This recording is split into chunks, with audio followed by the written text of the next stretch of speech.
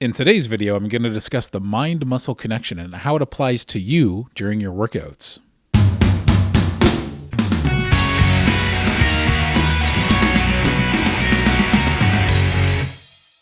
What's shaking bacon? I hope things are going well. So we're going to discuss the mind-muscle connection, but first I'm going to start with a bit of an update. Now, I finally heard back from my cardiologist about booking an angiogram. Now, I originally wanted to get my calcium scoring test done. And when I did that last September, I believe it was September 1st, they said they couldn't get a good reading because I was too big of a guy. I'm hoping to not do this angiogram because I did a little more research on it. And that's one of those things, if I had any problems with my heart or I was having any sensations in my chest, I'd probably follow through with that. But what's going on is I just want to see how things are looking. Since they couldn't get the results with the calcium scoring test, they're going in this direction. It's too risky. I don't have any problems. I just want it for general knowledge to see how my right coronary artery is doing and all the other arteries in my heart for that matter. So I'm going to wait. I think I'm going to hold off on that because it's not really something I need. I can just get a calcium scoring test done. Maybe if I drop another 20 pounds or so maybe sometime in the summer, the beginning or middle of the summer, I can turn around and get one of these calcium scoring tests done again.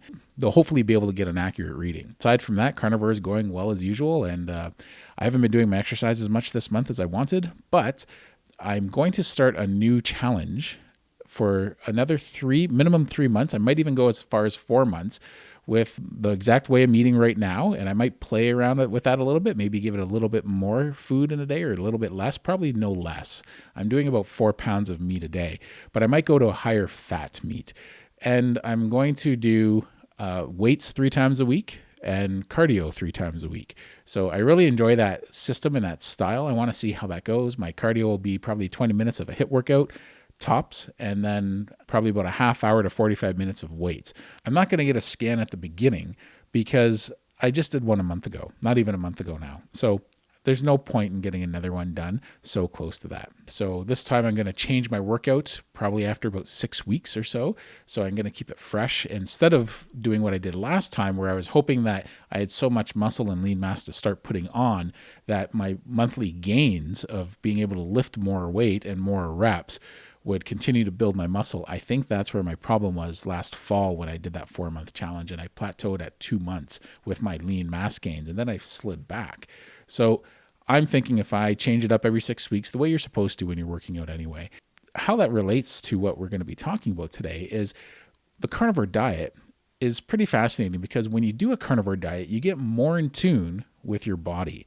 So as your hormones start to balance, as you start to lose weight, as your health conditions start to go away, you get to a point where you start paying attention to certain foods and how certain foods affect you. So in the beginning, you can kind of do a regular carnivore diet and get great results.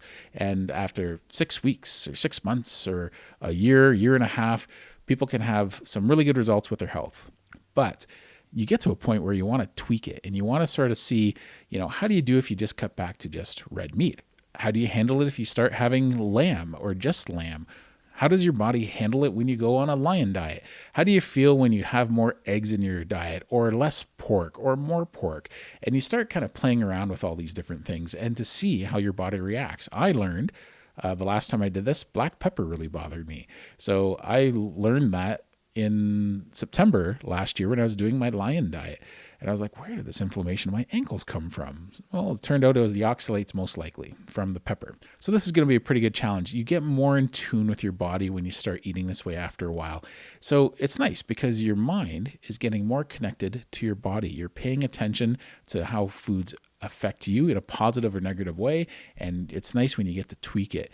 So why don't we do that when we do our exercising? So when we exercise, are we really in tune with our muscles when we do these exercises? Whether you're going to the gym and you're pushing weights around, or you're just doing calisthenics at home with body weight movements or HIIT workouts, anything like that, or you're just walking or running, are you paying attention to the muscles that you're using? A mind-muscle connection is the ability for you to pay attention to the exact muscle that's getting isolated in an exercise. So when you're doing a squat or a deadlift, it's a little more difficult if you aren't familiar with this to pay attention to the exact muscle getting exercised because those are compound exercises. So if you're doing a lateral pull down, you have a bar hanging above your head and you pull it down to your chest. There's a few different muscle groups involved there, right? There's your arm flexors and your back.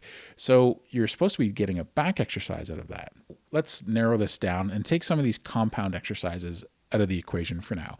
So let's do something like a bicep curl. And that's an easy muscle everyone can activate. So your bicep actually has 3 actions that it does. One of them is turning your palm towards the sky. The other one is bending the elbow. The other one is bringing the arm forward a little bit. We're going to focus on the bicep and curling the arm. So that's something most people can relate to. It's an easy muscle to feel and find. One of the things you can do is actually touch the muscle while you're activating it. When you have a weight in your hand and you're bending your elbow and your wrist is going from your thigh all the way up to your shoulder, so many people just pay attention to the movement of the hand or the weight, and they're moving that weight around, but they're not listening to the muscle. And that's what I want everyone to start getting, so that when you're doing your exercises, you're going to be way more effective at it and you're going to get better results. And the better results you get, the more you're going to want to do it, because you're going to start seeing the difference, and your spouses and your friends are going to start seeing the difference, and it's going to up your game. And the cool part is, you're not going to have to do anything extra to your workouts. You're not going to have to do an extra workout every week or every day. This is something you're going to incorporate into your existing exercises. And it's going to be pretty easy once you get the knack of it. So with your bicep exercise, I want you to bend your elbow at 90 degrees and touch your bicep with your finger. So that's going to be on the front of your arm. I want you to flex your bicep. Now, when you flex your bicep, are you flexing only your bicep, or are you flexing your whole arm? I want you to feel that bicep, and you're almost trying to make it cramp. You're trying to contract it so hard. And you should feel that as you open your arm again too. And then when you close your arm again. So this is what I want you to do. Feel that bicep as you open and close your arm. You're going to feel that contraction of that isolated muscle. And so that when you do your exercises, try it with dumbbells first instead of barbells.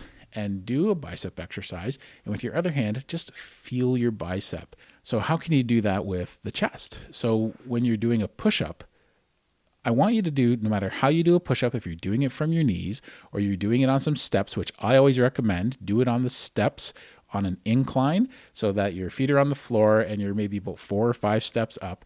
Do your push-up that way. And when you do it, you can get full range of motion from your feet. So your whole body's going to be planked and you're doing your push-up.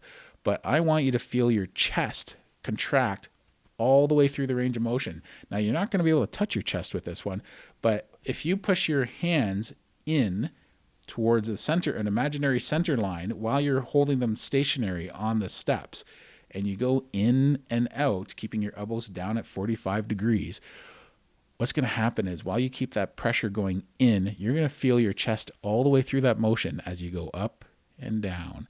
So if you're doing a squat, well, how can you do it? How can you isolate your glutes in a squat? Well, let's figure this out. Right now, if you're sitting there or standing there or lying there or even walking, I want you to tighten your bum like you're trying to hold a walnut between your cheeks. So now I want you to squeeze just the left one. Tighten just the left one up. Now tighten just the right one up. Now tighten the left one up again. And when you tighten it, try and make it cramp. I want you to feel that contraction when you go down and when you come back up during the squat. If you're doing it just lying there or sitting there, you can do that contraction, and you can feel that contraction when you do that. And now when you're walking and you push off of your foot, that's when you can turn around and feel for that contraction. So when you're going through that walking phase, your one leg's going to swing forward, and then when you pull back on it and it goes under you and then behind you, and I want you to feel that. So every time you take a step, as you're bringing your leg behind you, you're going to feel that booty contract. You're going to start to notice when you're walking now, you're involving your glutes more. So I have to warn you, while you're doing these exercises for your glutes, during walking or squatting or any type of exercises involving your glutes, and you're really trying to contract those muscles more, and you're getting your mind-muscle connection involved with those, the one thing you have to watch out for is your spouse might start groping you a little bit more. So I'm giving you fair warning now. Now, another way to get in tune with your mind-muscle connection, if you're alone and you're not pushing weight above your head too much, is close your eyes. Feel that contraction as you're doing it. So if you're doing a bicep curl at home, it's okay. You can just close your eyes and you can just feel that contraction. You're knocking one of your other senses out of the picture so that you can pay more attention to feeling that contraction. And it's almost like you're trying to make it cramp. Every time you move a weight, you're trying to make that muscle cramp. If you're doing a pulling exercise and you're bringing a weight away from you and then into you, when your arms go back, you want to try and make that muscle cramp. You should be trying to get the muscle you're isolating so tight that when you bring it back, you're trying to make it cramp.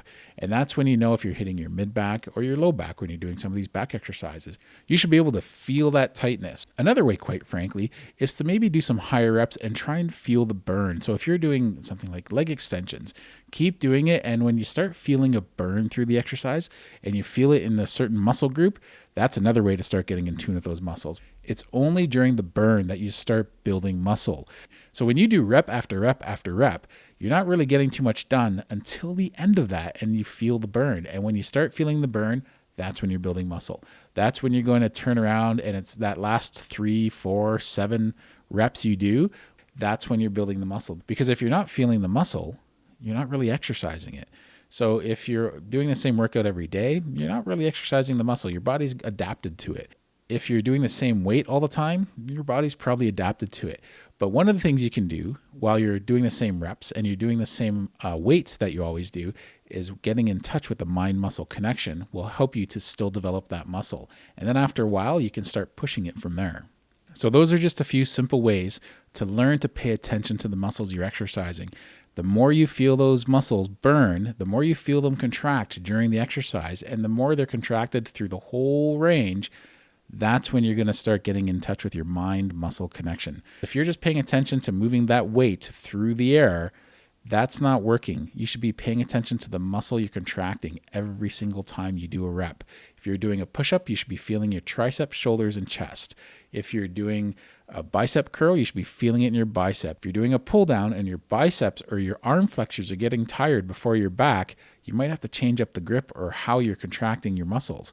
Start feeling that contraction. And it helps if you have a partner or trainer during your workouts to help guide you through this. And they can touch the muscle so that when you're working your back, have them touch your back and be like, are you feeling this? Is this the muscle that's getting tight? So as we get more in touch with our eating habits and our body and how the food is affecting our body, and we're already doing a high protein diet as it is, when we do our exercise, let's start getting in tune with our muscles during these exercises. After a while, you won't even have to really pay too much attention to this because you're going to be old hat at it. Some of you are already doing these exercises. Let's see how that works when you just up the level and up the quality of your exercises.